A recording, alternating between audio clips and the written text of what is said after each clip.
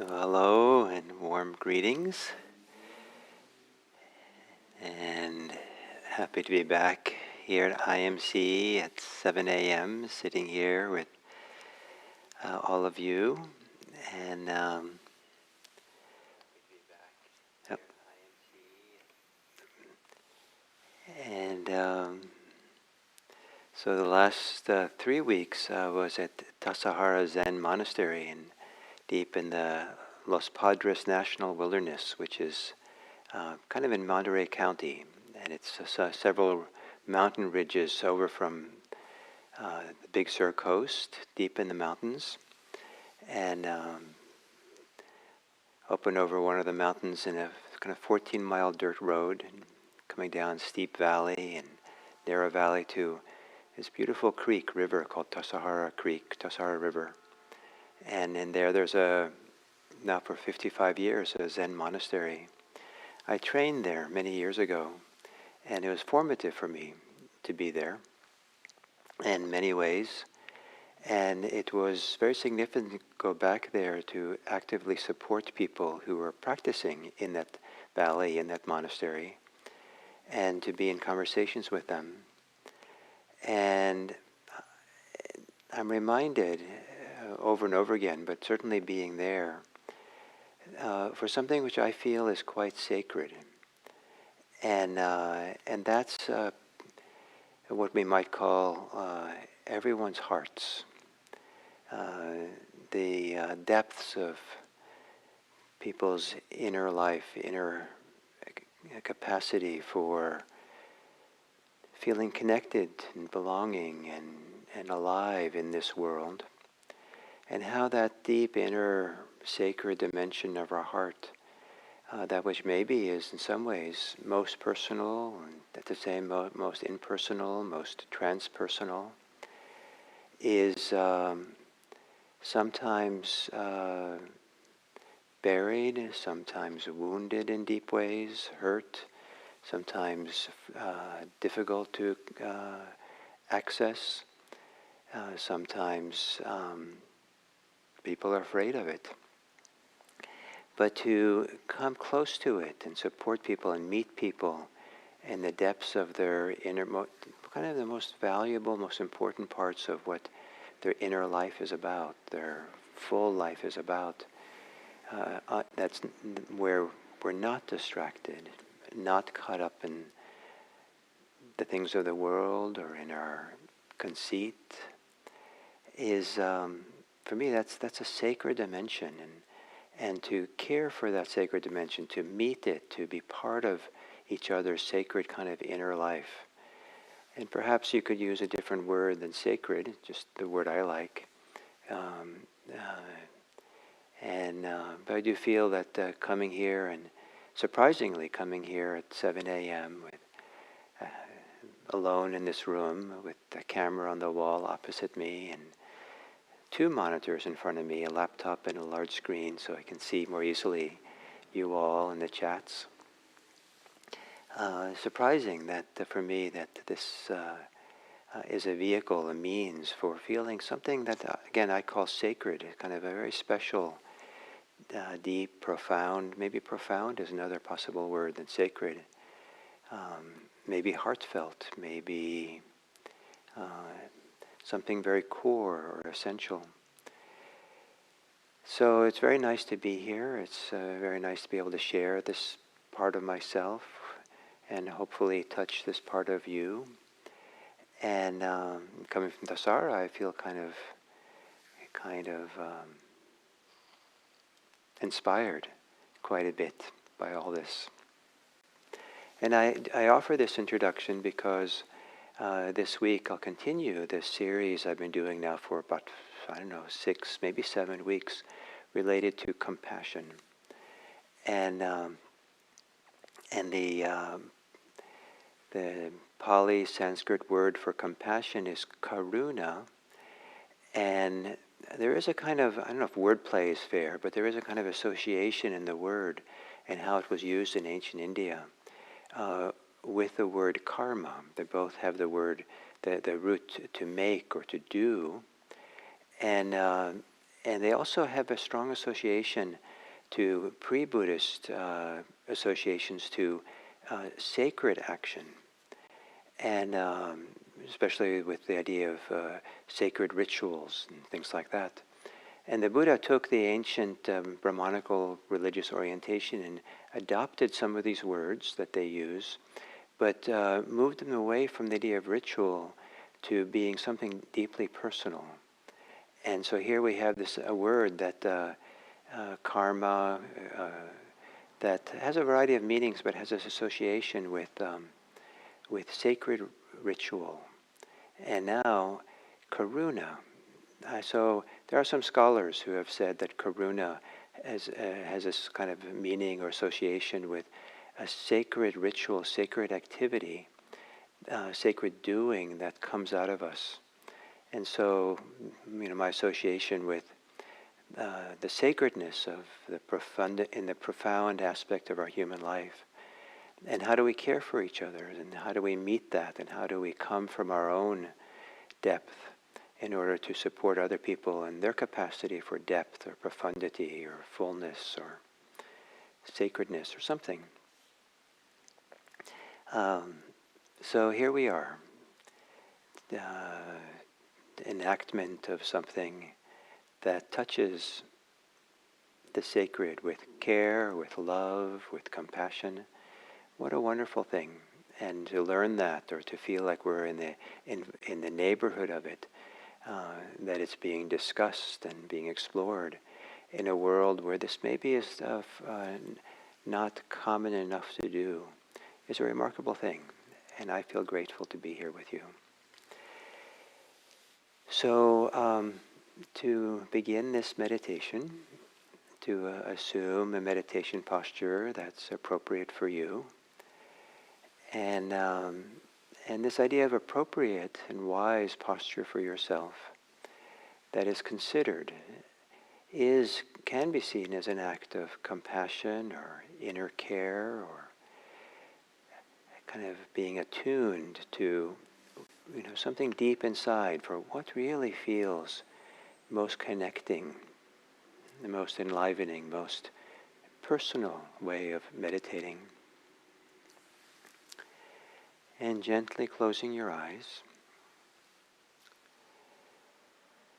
And one of the ancient Pali words, Buddhist words, that I love is a word for assurance, to be confident or assured. And it means to breathe. The literal the word comes from the Pali root or meaning to breathe easily. And to find a way to breathe easily, to be at ease in this world and have the breath be free and easy, is a wonderful task, a task of a lifetime. And not always easy, but to know that that's the direction we're going. Because the breathing, for many of us, kind of sits at the nexus, the meeting place of so much of our life, that it's closely related to this profundity of possibility within us. And so to take a few long, slow, gentle breaths, a little bit deeper than usual. So it feels good, it feels nice, just to the extent in which it feels nice, maybe even delicious, to breathe in deeply and to relax as you exhale.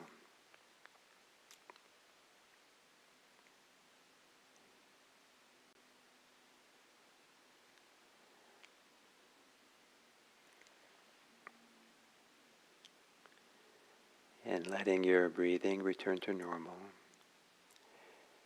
And again, on the exhale, to relax the body.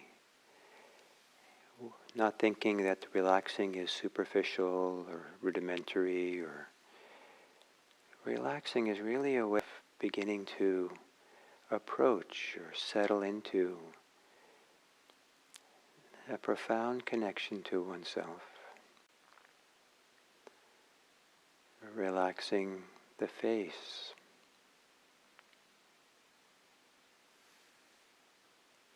around the eyes as you exhale,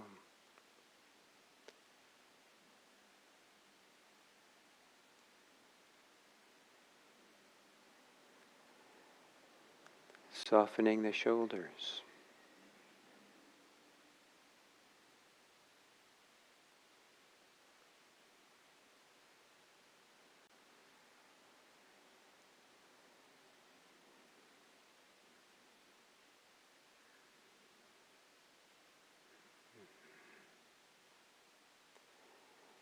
Relaxing in the area of your heart, the heart center.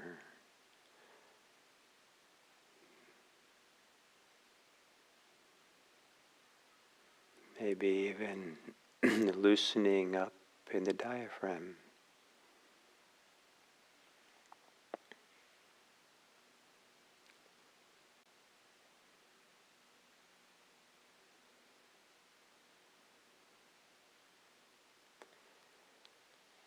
And to soften the belly.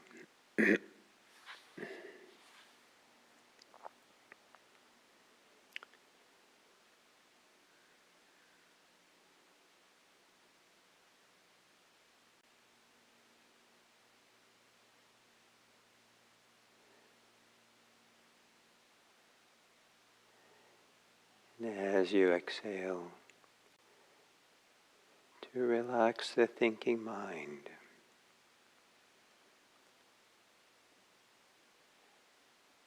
A gentle and slow quieting of the thinking.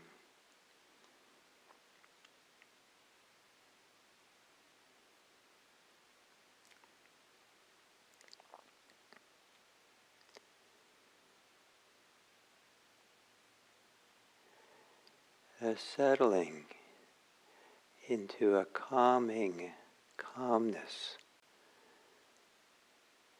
in the mind.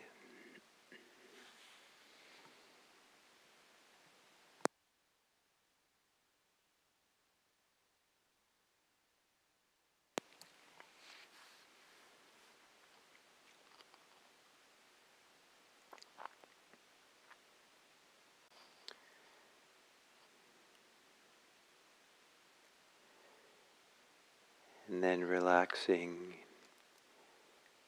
into the place within,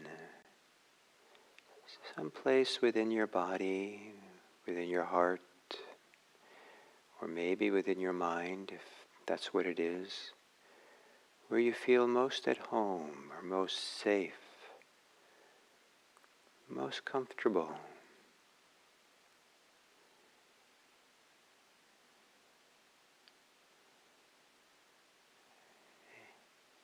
And in that comfort, that safety, maybe profundity within,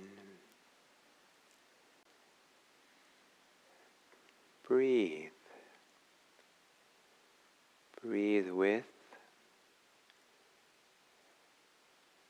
it, breathe through it. Let breathing to accompany that place, that sense, that intuition of what is most profound or most safe or most at a home place within. Settling into it each time you exhale.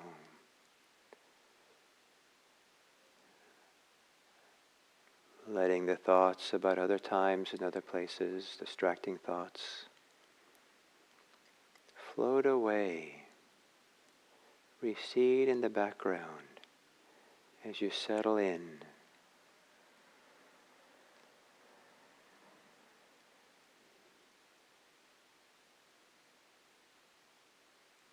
To what within feels most home, most intimate, here and now.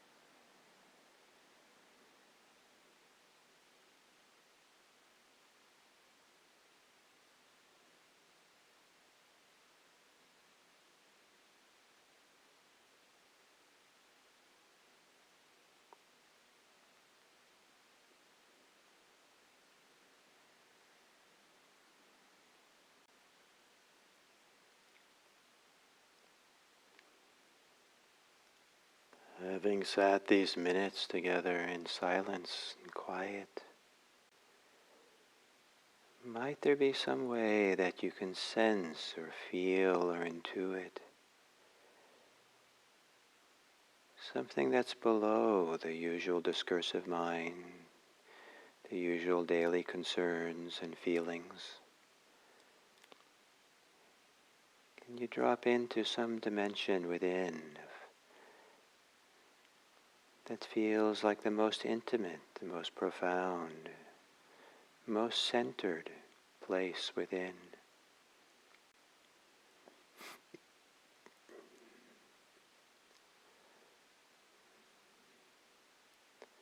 A place which is both very personal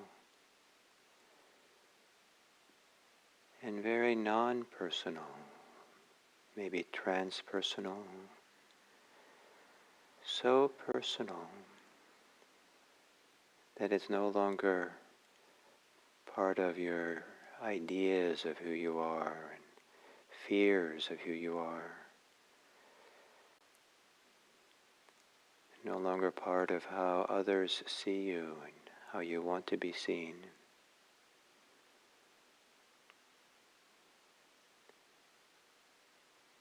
For every exhale, settling into this place within.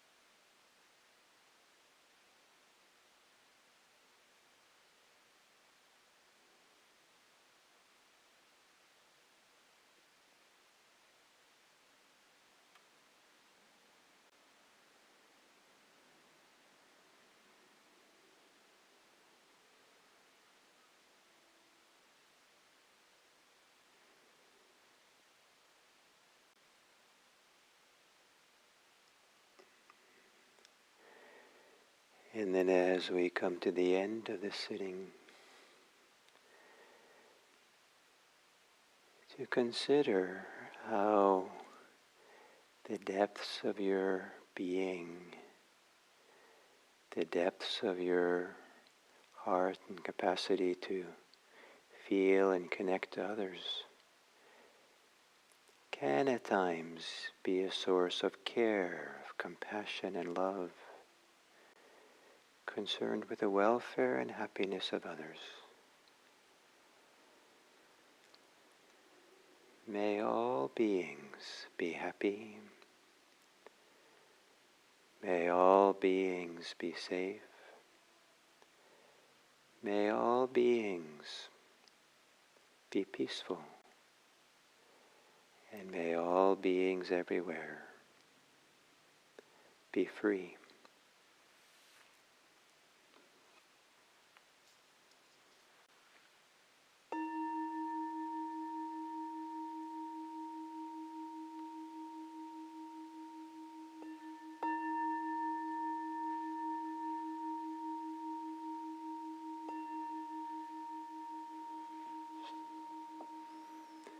Thank you.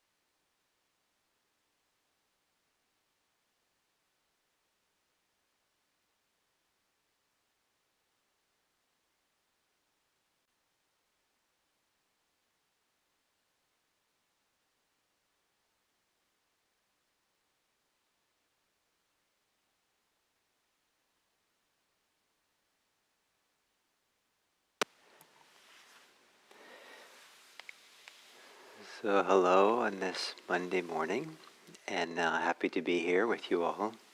Also quite happy to have had my wonderful colleagues teach while I was gone.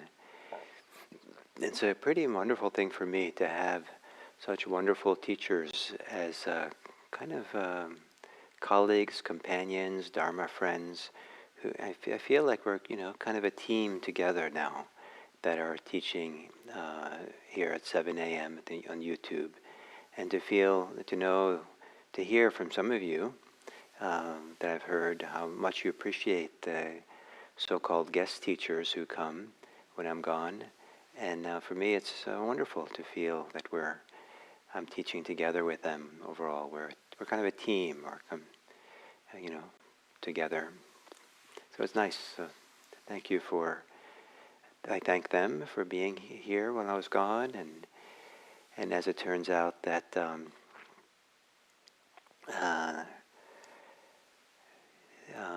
I'll be here this week, and then I'll be gone again for 2 or 3 weeks, and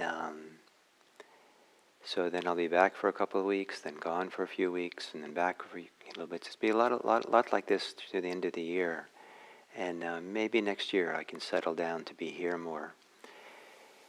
So, but I feel very fortunate to be here today with all of you, and to continue the series I've been doing for maybe 6-7 weeks now on compassion, different aspects of compassion, the foundations for compassion, and I'm hoping or trying to expand outwards for you the richness of what compassion is and all the dimensions of it and aspects of it, so that you can appreciate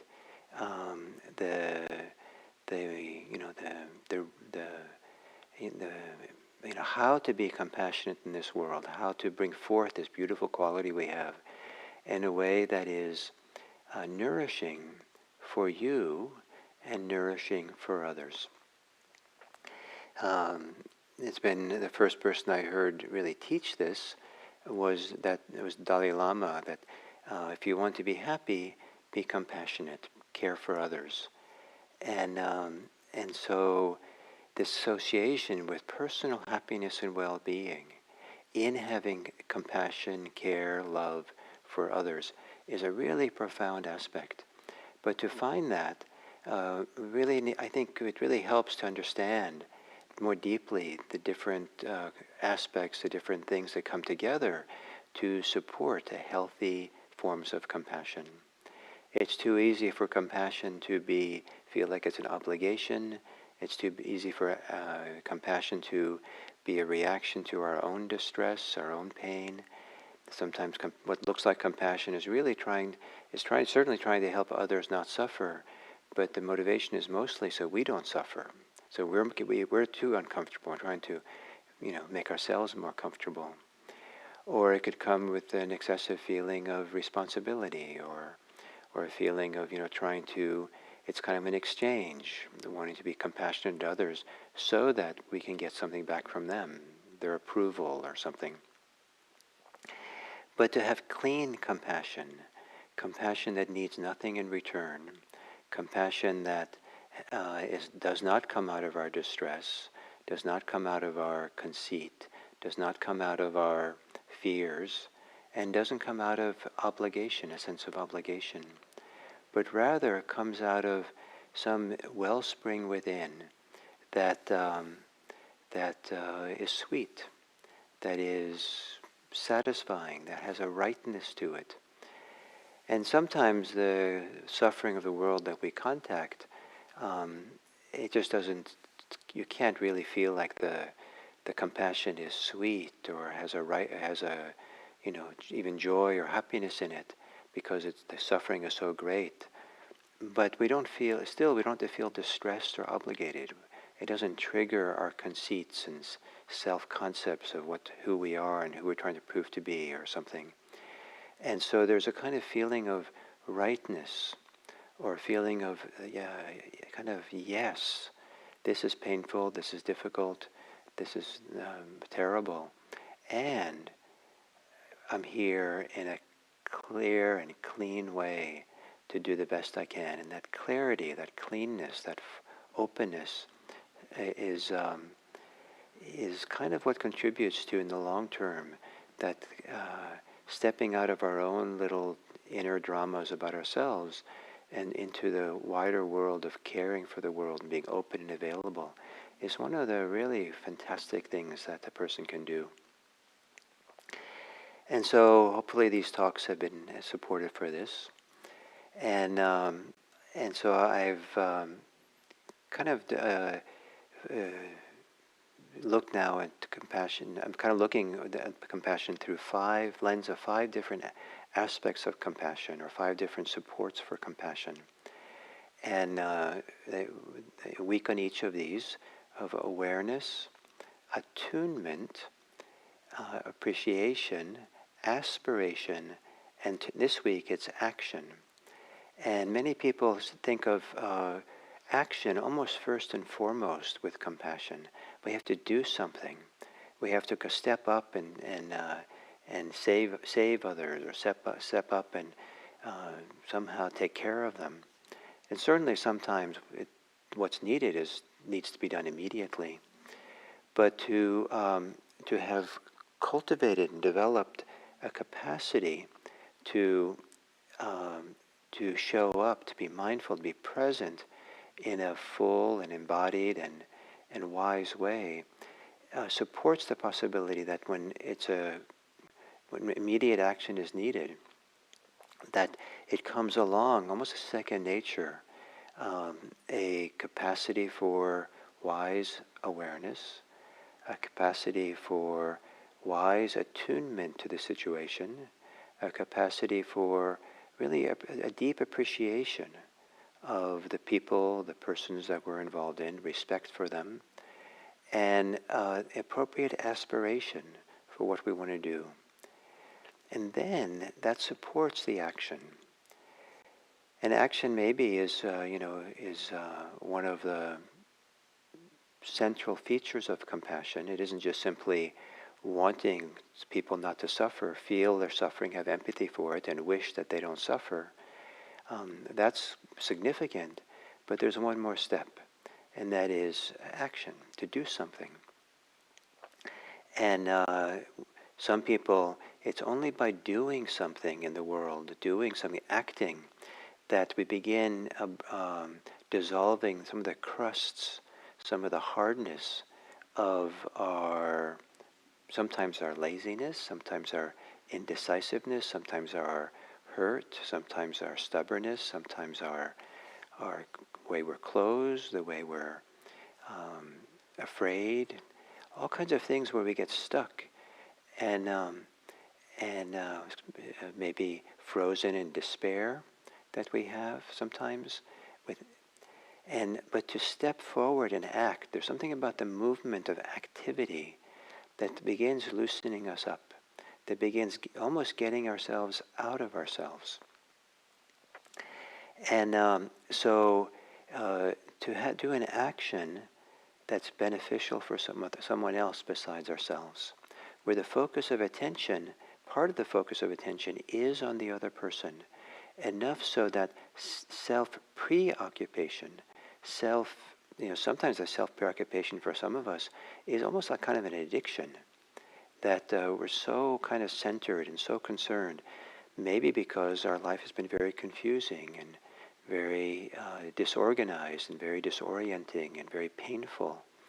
And so, of course, in those kinds of situations, it's almost necessary to have a lot of attention on oneself in order to find one's way, in order to survive and to somehow continue. And I don't want to belittle how some people really need, as a first step in their lives, essential step is to be focused on themselves.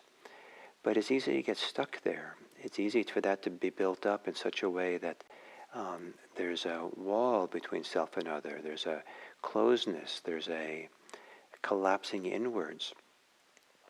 And so how do we loosen that up? And action makes a big difference. And so to act for the sake of someone else, to such a degree that there's some kind of self-forgetting, some kind of dropping of self-concern, some kind of lacking or dropping conceit. And I keep saying some kind because we don't want to lose ourselves in the compassionate action. We don't want to lose touch with what's happening inside of ourselves. We want to be responsible. We want to be mindful and monitor ourselves and what's happening. And that's why these words, these concepts of developing awareness, attunement, is such an important foundation for mindfulness, and to really have a strong foundation in awareness practices, so you're tracking and knowing what's happening within. When we stress, when we're getting caught up or getting afraid or getting overly ambitious, and kind of can track ourselves. But there's a way of tracking ourselves and being present that's not exactly focusing on ourselves. It's kind of being present and aware of the whole environment, including self. It's kind of like if you turn on a light, small light in the middle of a dark room.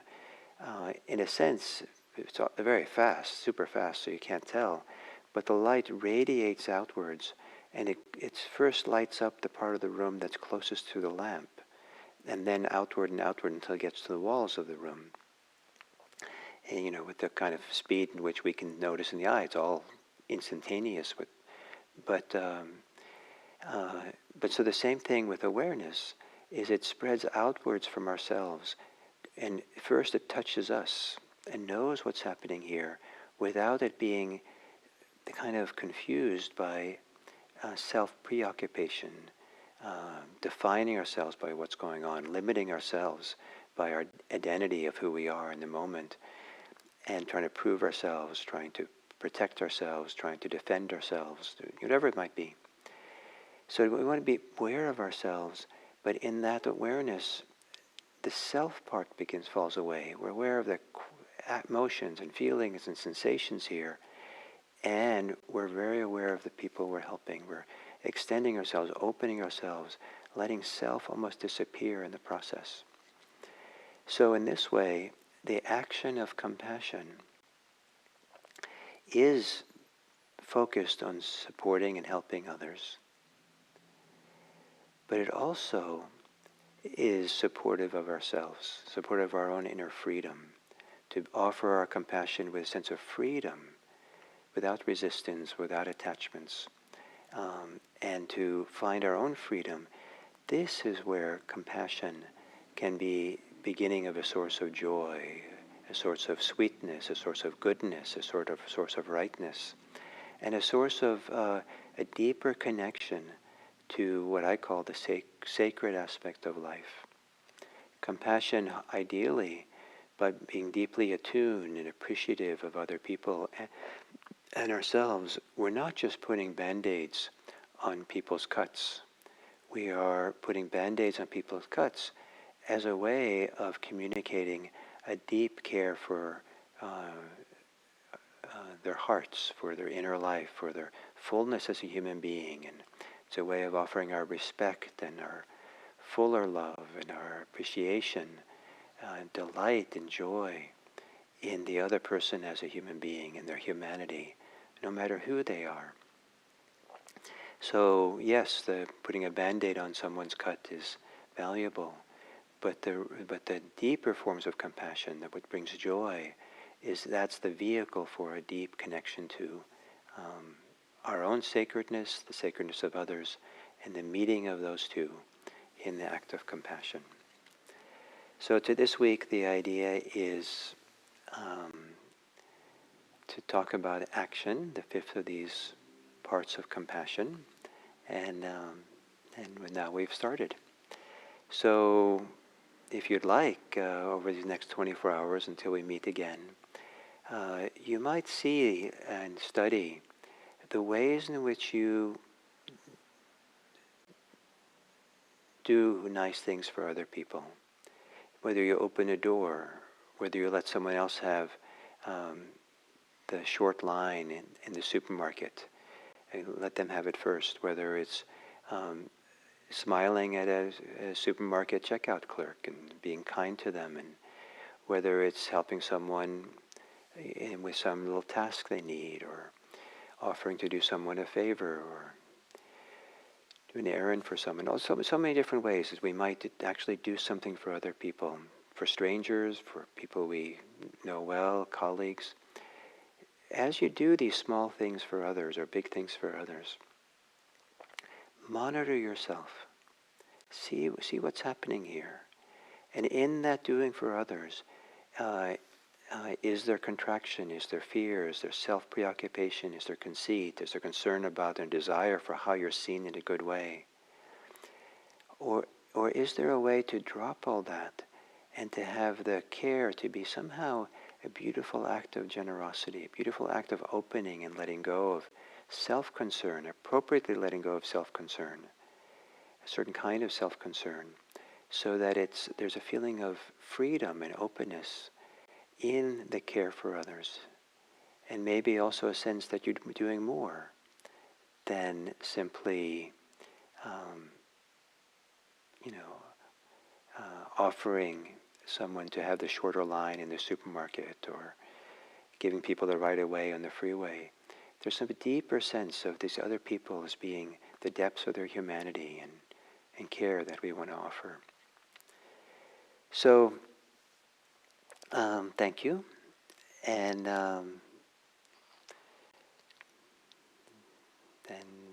thank you, and I'll be here again tomorrow.